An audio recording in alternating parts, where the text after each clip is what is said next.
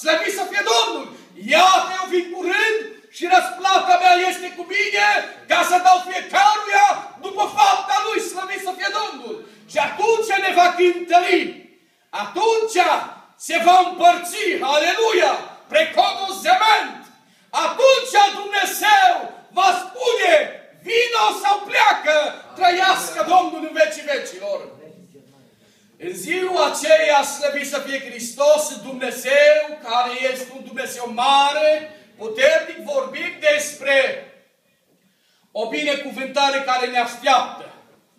Dar mai înainte de a ajunge în această postură, cuvântul lui Dumnezeu spune, nimic întinat și spurcat nu va intra în împărăția lui Dumnezeu, trăiască Domnul. Amin, amin. În ziua aceea Dumnezeu ne va cântări, aleluia. Judecata Lui va fi dreaptă, trăiască Domnul. Amin. Judecata Lui va fi o judecată dreaptă, nu va fi o judecată cu părtinire, aleluia. Dumnezeu n-are nici nepotistră, nepoți, slăvit să fie Hristos. Dumnezeu nu se va uita la fața noastră, unul mai alb sau altul mai negru, aleluia. Și acolo va fi o judecată dreaptă, aleluia. Și sentința va fi dată în ziua aceea, trăiască Domnul. Amin. Sentința va fi, veniți binecuvântații Tatălui meu, de moșteniți împărăția care v-a fost pregătită de la întemeierea lumii. Iar cealaltă va fi, plecați de la mine că ați lucrat fără de legea. Zahoviot meu. Trailodel, aleluia. Amin. Trailodel, aleluia. Aleluia. Aleluia. Mărire Duhului Sfânt, aleluia. Oare cum vom putea noi sta în nepăsare când este vorba de o împărăție atât de mare? Oare cum vom putea noi sta în nepăsare când cuvântul lui Dumnezeu ne spune pocăiți-vă? La provăduirea lui Petru s-au pocăit peste 3.000 de suflete. Doamne, fie-ți milă! Îi spune Dumnezeu unui om, îi spune, du-te într-o cetate, cetatea Ninive, și îi spune acolo strigarea aceasta, încă 40 de zile, și cetatea Ninive va fi nimicită. Aleluia! Și apoi noi, ca oamenii, așa suntem noi oamenii, apoi Iona, mă voi duce eu acolo, voi striga strigarea aceasta, da, dacă nu se va întâmpla. Aleluia! Știți cum îl știa Iona pe Dumnezeu? Știți cum îl știa el? Un Dumnezeu plin de milă, plin de îndurare. Aleluia! Mă voi duce acolo! Dar Iona spune, știam eu că ești un Dumnezeu milos. Aleluia! Zecoviot! Știam eu că te vei îndura! Îi spune Dumnezeu, du-te Iona acolo! Du-te Iona acolo și strigă strigarea aceasta. Încă 40 de zile și cetatea Ninive va fi nimicită. Dumnezeu îl privește pe Iona. Iona, în loc să meargă la Ninive, își cumpără un bilet și o ia pe Tars. Și apoi acolo cuvântul spune, unde, Doamne? Unde voi putea alerga? Unde mă voi putea ascunde de fața Ta, aleluia? Dacă mă voi duce în fundul mării, acolo ești. Dacă mă voi sui în ceruri, și acolo ești. Dacă mă voi duce în fundul pământului, și acolo ești. Unde mă voi putea ascunde eu de Tine? Aleluia! Nicăieri nu are scăpare omul. Slăvit să fie Domnul, aleluia! Mărire Duhului Sfânt, aleluia! Trailo Delo Juvido.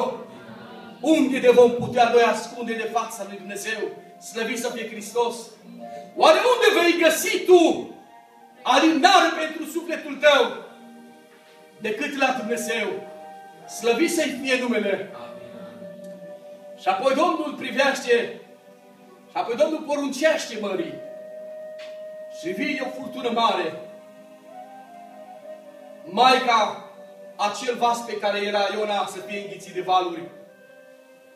Oamenii se străduiau. Nu mai știau ce să facă, unul stânga, altul dreapta. Și Iona stătea undeva acolo, într-un loc, pe fundul vasului, nici nu-i păsa. Vine unul și îi spune, auzi, Acum hai să vedem noi. Din ce neam ești? Ce nație ești tu? Aleluia! Păi ție nu-ți pasă că noi perim? Zecoviot. Și nu se mai găsesc mulți ca Iona. Să zic, auzi, ia-mă și aruncă-mă pe mine. Și furtuna aceasta se va potoli. Nu. Știți de ce nu se mai găsesc oameni ca Iona? Căci oamenii în vremurile din urmă vor fi iubitori de bani, iubitori de sine. Aici e problema. Iubitori de sine. Apoi eu să ies, apoi eu să mă las mai prejos decât el, aleluia. Cum se poate? Să mă las eu mai prejos de el, să fiu eu. La un om, la nivelul meu, aleluia. Să mă las de râsul acestui om. Și apoi eu ăsta este mare. Aleluia. Dar cuvântul lui Dumnezeu, care ne îndeamnă să ne îmbrăcăm în fapte vrednice de pocăință, dezbrăcându-ne de firea noastră, aleluia, slăvit să fie Hristos, dezbrăcându-ne de firea pământească și venind înaintea lui Dumnezeu, Doamne, iată-mă, sunt la dispoziția ta, aleluia, slăvit să fie Domnul. Și spune Iona, că n-aș vrea să o lungesc, spune, auzi, luați-mă pe mine, aruncați-mă în mare și furtuna se va potoli, slăvit să fie Hristos. Mărire Duhului Sfânt. Și apoi Domnul, tot Domnul, auzi cât e Domnul de bun. Poruncește unui pește, unui chit și vine și îl înghite pe Iona. Și tot acel chit îi poruncește cel care este veșnic. Aleluia. Spune că cel a pus un capăt, a pus un hotar mărilor. Aleluia. Spune când nu era nimic pe fața pământului. Spune că, auzi, Duhul lui Dumnezeu se mișca pe deasupra apelor. Aleluia. Zecobermania. Și apoi, într-o zi, Dumnezeu a privit de undeva și a spus, am să despart uscatul, marea de uscat.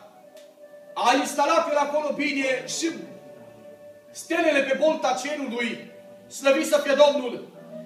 Și cuvântul Domnului spune că și totul a fost făcut prin cuvântul lui Dumnezeu, slăvit să fie Domnul. Cuvântul lui Dumnezeu are putere, are valoare, aleluia. Când El a spus să fie, totul a luat ființă, slăvit să fie Hristos. Aleluia. Un lucru ceea ce a făcut Dumnezeu cu mâna Lui, știți ce a făcut? Ne-a făcut pe noi. Spune că ne-a luat, ne-a făcut din țărâna pământului. Spune, hai să facem om după chipul și asemănarea. Ne-a spus Domnul, slăvit să fie Hristos.